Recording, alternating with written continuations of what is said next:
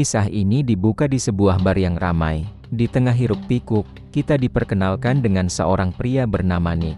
Ia sedang asik menikmati minumannya ketika perhatiannya tersita oleh sepasang kekasih yang sedang berdebat sengit. Mereka adalah Osgood dan kekasihnya. Osgood tampak frustrasi karena kekasihnya terus menolak ajakannya untuk menikah dengan berbagai alasan. Tiba-tiba, Nick menyela perdebatan itu. Tanpa rasa malu, ia memaksa pacar Osgood untuk berdansa dengannya. Aksi Nick semakin memalukan ketika ia berhasil mencopot rambut palsu Osgood di hadapan sang kekasih. Merasa terganggu dan dipermalukan, Osgood dan kekasihnya memutuskan untuk pergi.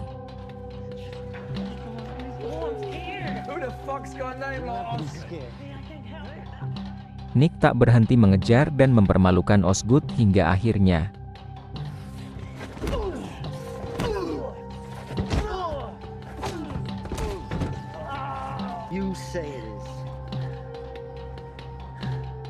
kejadian barusan membuat pacar Osgood terpukau. Ia tak menyangka pacarnya bisa menghajar Nick. Dan kejadian tersebut membuatnya memantapkan hati untuk menikah dengan Osgood. Di saat yang sama, di depan sebuah rumah sakit, terlihat seorang wanita tergeletak dengan luka parah akibat penganiayaan orang tak dikenal. Ia segera dilarikan ke dalam untuk mendapatkan pertolongan. Dalam kondisi setengah sadar, wanita itu terus menggumamkan satu nama, Nick. Jadi, siapa sebenarnya Nick? Apakah ia hanya seorang pembuat onar atau pecundang? Kenyataannya, justru sebaliknya. Sehari-hari, Nick bekerja sebagai konsultan keamanan. Pagi itu, ia kedatangan seorang klien yang memperkenalkan diri sebagai miliuner muda bernama Cyrus. Cyrus meminta Nick untuk menemaninya berjudi selama berada di Las Vegas. Nick pun menyanggupinya, setuju untuk menemani Cyrus sebentar malam. Usai urusannya dengan Cyrus, Nick pergi ke sebuah restoran untuk sarapan. Di parkiran, ia kembali bertemu dengan Osgood, yang kini terlihat sangat bahagia. Rupanya, Osgood sangat puas dengan akting Nick semalam. Ternyata, seluruh keributan di bar semalam hanyalah akting semata. Ini adalah skenario yang dirancang demi meyakinkan kekasih Osgood bahwa Osgood adalah pria sejati. Sebagai rasa terima kasih, Osgood menawarkan bayaran 2 kali lipat. Namun, Nick bukanlah sosok yang mata duitan. Ia menolak bonus itu dengan halus, menjelaskan bahwa sejak awal ia hanya ingin membantu hubungan asmara teman baiknya. Saat sarapan, Nick berbincang akrab dengan pelayan resto. Ia berbagi mimpinya. Ia sangat ingin pergi ke sebuah kota kecil di Prancis dan menghabiskan 5 tahun ke depan di sana untuk bersantai. Namun, untuk mewujudkan impian ini, Nick memerlukan setidaknya $500.000. Sebelum meninggalkan resto, seorang kawannya memberitahu Nick bahwa Holly baru saja menelpon dan memintanya untuk mampir. Ternyata, Holly adalah wanita sekarat yang tadi kita lihat di depan rumah sakit. Entah apa hubungan mereka berdua, namun Nick tiba di rumah Holly, yang tampaknya cukup dekat dengannya. Siang itu, Holly mulai menceritakan kronologi mengerikan yang menimpanya beberapa hari lalu. Setelah selesai berkencan di sebuah hotel, ia memasuki lift. Tiba-tiba, 3 orang tak dikenal memaksanya untuk ikut ke sebuah pesta yang ternyata adalah jebakan. Di kamar itu, Holly diperkaos. Setelah selesai, 2 orang bodyguard pria itu memukulinya dengan brutal sebagai peringatan agar ia tidak berani mengadukan persoalan ini ke polisi. Kini, Holly hanya ingin satu hal, balas dendam. Nick merasakan iba yang mendalam, tetapi di sisi lain, ia juga kesal. Ia kesal karena Holly masuk ke hotel tersebut, yang jelas-jelas sudah ia peringatkan sebagai sarang para mafia. Nick berpendapat seharusnya Holly menyewa pengacara atau detektif untuk mengusut kasusnya, bukan dirinya. Namun, kata-kata Nick hanyalah bualan belaka. Ujung-ujungnya, ia tak tega melihat apa yang menimpa Holly. Diam-diam, ia memutuskan untuk mencari tahu siapa pelaku biadab itu. Nick segera mendatangi hotel tempat si pelaku menginap. Di sana, ia menemui teman lamanya bernama Melly. Nick meminta tolong agar Melly mencarikan pelaku sesuai dengan ciri-ciri yang Holly jelaskan. Singkat cerita, sore itu mereka kembali bertemu. Melly berhasil menemukan apa yang Nick cari. Pelaku itu bernama Danny DeMarco. Ia adalah putra dari seorang pimpinan mafia besar di Italia. Danny menginap di kamar sekian dan selalu ditemani dua bodyguard bertubuh besar. Di akhir percakapan, Melly, sebagai teman baik, memberikan saran tegas, Nick sebaiknya jangan mencari masalah dengan Danny karena ia jamin masalah itu tidak akan berakhir mudah. Setelah mendengar nasihat tersebut, Nick kembali menelepon Holly dan berbohong, mengatakan bahwa ia tidak mendapatkan info apapun soal pelaku pemerkosaan. Namun, Holly sudah mengenal Nick dengan baik. Ia tahu Nick berbohong demi menutupi sesuatu. Karena itu, Holly kembali membeberkan fakta yang lebih gelap. Malam itu, setelah diperkaos, Danny menodongkan pistol ke kemaluannya. Itu dilakukannya hanya demi menunjukkan kekuasaannya sebagai seorang anak bos mafia. Holly juga mengingatkan Nick bahwa dahulu, ialah satu-satunya orang yang menerima Nick saat ia sedang terpuruk. Malam itu, Nick kembali menjalankan pekerjaannya menemani Cyrus berkeliling Las Vegas. Mereka pergi dari satu kasino ke kasino lainnya. Sebagai seorang milioner, Cyrus terlihat agak mencurigakan. Apalagi, ia hanya berjudi di meja taruhan untuk kalangan kelas bawah.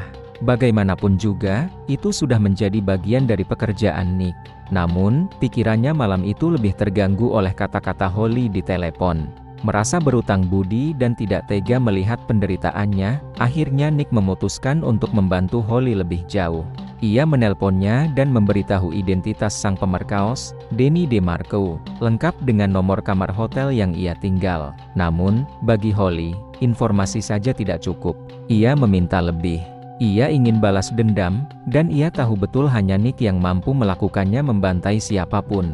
Bahkan jika targetnya adalah anak seorang bos mafia besar.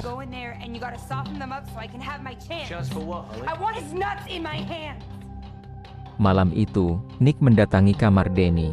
Ia mengaku sebagai teman dari seorang bos mafia Las Vegas bernama Baby, dan diizinkan masuk untuk berbincang dengan Danny mengenai masalah Holly. Alih-alih mengakui perbuatannya, Danny malah berpura-pura tak ingat apa-apa dan bahkan mengancam balik Nick dengan senjata api. Nick sebenarnya sangat ingin menyelesaikan persoalan ini secara baik-baik. Ia mencoba menenangkan dirinya, membayangkan cita-cita liburannya di Prancis. Tapi Nick bukan orang yang sabaran. Dalam sekejap, Nick menghabisi 3 orang. Danny dan 2 bodyguardnya hanya bermodalkan sebuah kartu kredit yang ia gunakan sebagai senjata.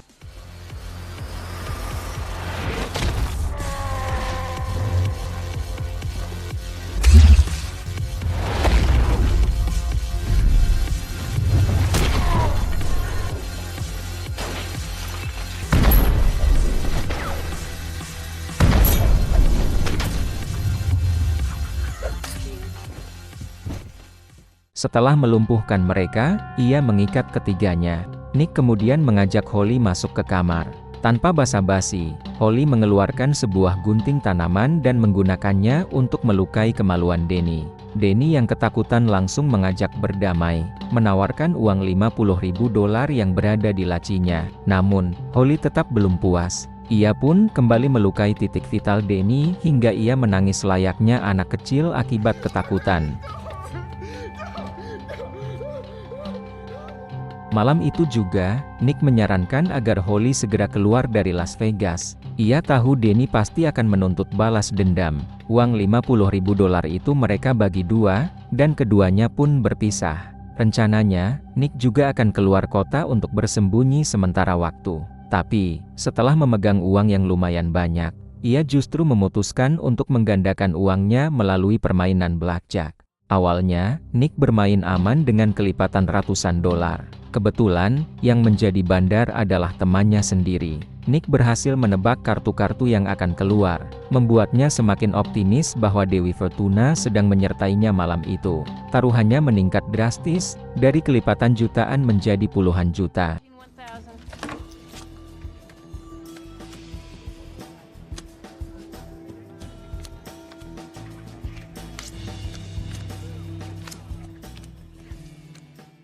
Namun, setelah bandarnya diganti, Nick memutuskan untuk berhenti sejenak.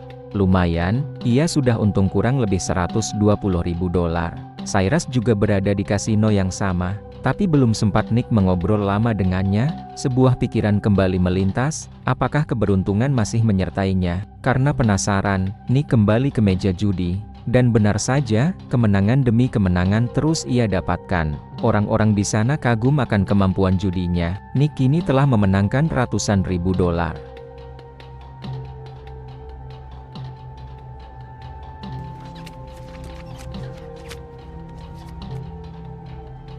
Good. Over 500.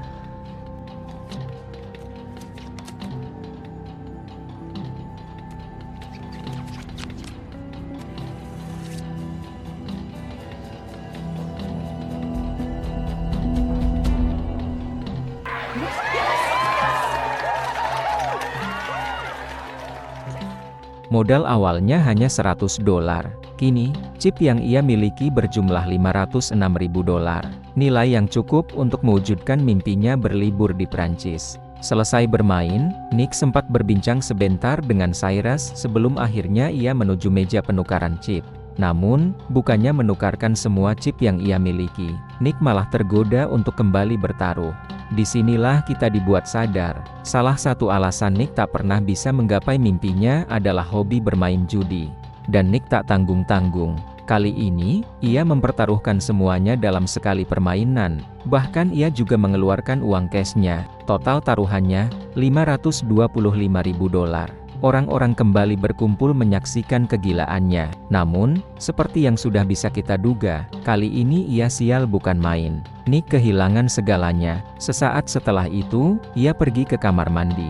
Rasa penyesalan, stres, dan kehancuran semua menumpuk dalam benaknya hingga akhirnya ia jatuh pingsan. Fucking had it. You fuck.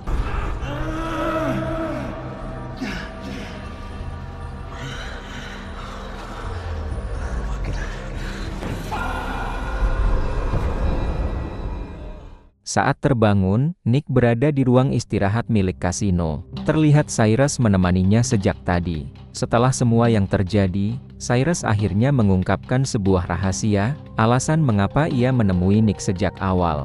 Cyrus ingin diajari cara bela diri atau teknik bertarung oleh Nick.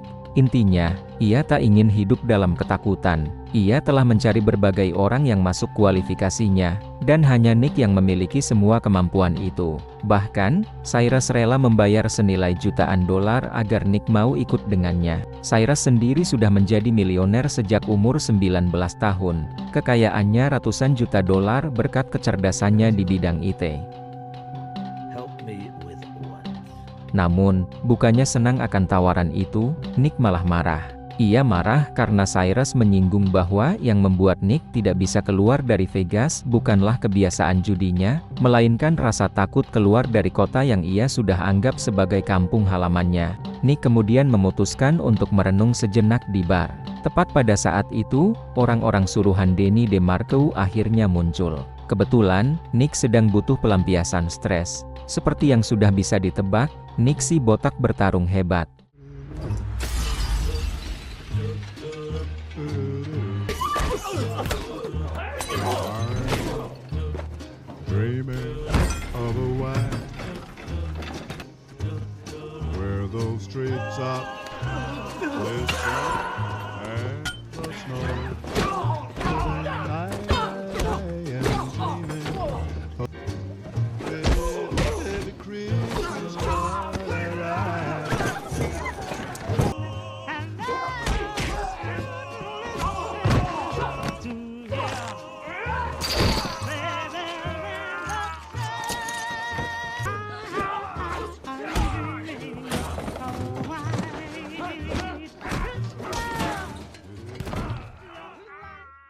Berapapun preman yang Denny kirim padanya saat itu, tak satu pun dari mereka yang bisa menangkap Nick. Pertarungan itu terhenti ketika sang pemilik kasino, yang tak lain adalah bos mafia Las Vegas bernama Baby, memanggilnya untuk sebuah pertemuan khusus akibat rusaknya berbagai fasilitas di sana. Nick langsung tunduk di hadapan Baby. Keduanya saling menghormati sejak lama. Namun, peraturan tetaplah peraturan. Nick dituduh telah merampok Denny, plus membunuh dua bodyguard-nya padahal Nick hanya menghajar mereka. Singkat cerita, Nick pun dibawa ke sebuah ruangan khusus untuk disidang. Jika terbukti bersalah, Nick akan langsung dibunuh di sana. Di ruangan khusus tempat persidangan, Danny DeMarco sudah menunggu. Baby, bos mafia Las Vegas, langsung meminta Danny untuk menceritakan kronologi kejadian pembunuhan kedua bodyguard-nya. Danny yang pengecut, mulai mengarang-ngarang ceritanya, bahkan mencoba menutupi dosanya yang telah memperkaos Holly. Ia berbohong, bilang Nick tiba-tiba datang ke kamarnya dan menembak kedua pengawalnya. Namun, Nick hanya tertawa dan bertanya dua hal. Mengapa ia harus membunuh menggunakan pistol? Danny bersikeras, semua orang kan membunuh menggunakan pistol. Tapi Baby langsung membela Nick. Ternyata, sudah menjadi legenda di Las Vegas kalau Nick adalah orang yang mampu membunuh siapapun tanpa perlu senjata api. Kata Baby, bisa saja Nick membunuh bermodalkan sebuah asbak. Danny diminta untuk menunjukkan luka di kemaluannya, sebagai bukti kalau semalam ia dibuat menangis oleh seorang wanita. Pada intinya, terungkap bahwa Danny lah yang membunuh kedua pengawalnya karena merasa malu. Ia takut jika kejadian memalukan semalam, di mana ia dilukai oleh Holly, bocor ke orang lain. Sebelum berpisah, Baby cuma memperingatkan Nick bahwa Danny tidak akan tinggal diam dan sebaiknya Nick mengungsi sementara waktu. Singkat cerita, dari sana Nick memutuskan mampir ke restoran andalannya untuk sarapan. Kini ia bingung karena uangnya telah habis dan para mafia masih akan terus mengincarnya. Tiba-tiba, di ujung meja, Cyrus kembali muncul. Ia mengatakan ingin berterima kasih karena Nick telah menyadarkannya bahwa semua orang memiliki ketakutannya masing-masing. Di sini, Nick akhirnya mengakui kelemahannya dalam berjudi dan rasa takutnya untuk keluar dari zona nyaman. Kemudian, ia bilang bagaimanapun juga kini impiannya telah menjadi angan-angan karena semua uangnya telah habis. Cyrus, yang sudah menduga hal itu, kemudian memberinya sebuah amplop. Amplop itu berisikan cek senilai $1 juta plus sebuah tiket ke Korsika, kota impian Nick di Prancis. Namun, di tengah perbincangan, tiba-tiba Danny bersama beberapa anggotanya kembali muncul dan hampir saja membunuh Nick. Untung saja Cyrus berhasil mengalihkan perhatian mereka semua dengan berpura-pura menjadi orang gila. Nick berhasil kabur dan bersembunyi di atas kanopi. Di tangannya terdapat sendok dan pisau makan. Ia kemudian menenangkan dirinya sebelum akhirnya langsung loncat untuk beraksi.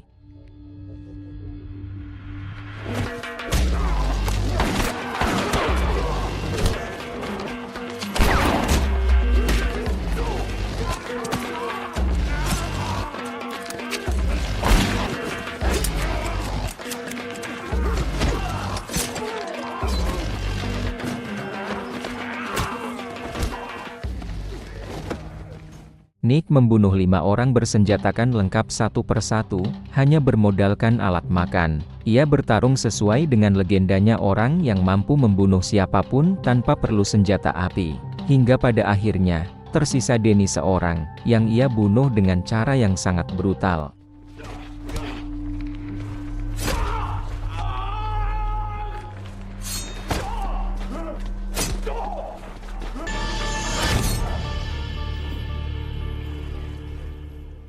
Saat akan naik ke mobil, Cyrus kembali menghampiri Nick dan memaksanya untuk menerima tiket dan uang yang ia hadiahkan. Nick mencoba menolak, namun Cyrus tetap ngotot.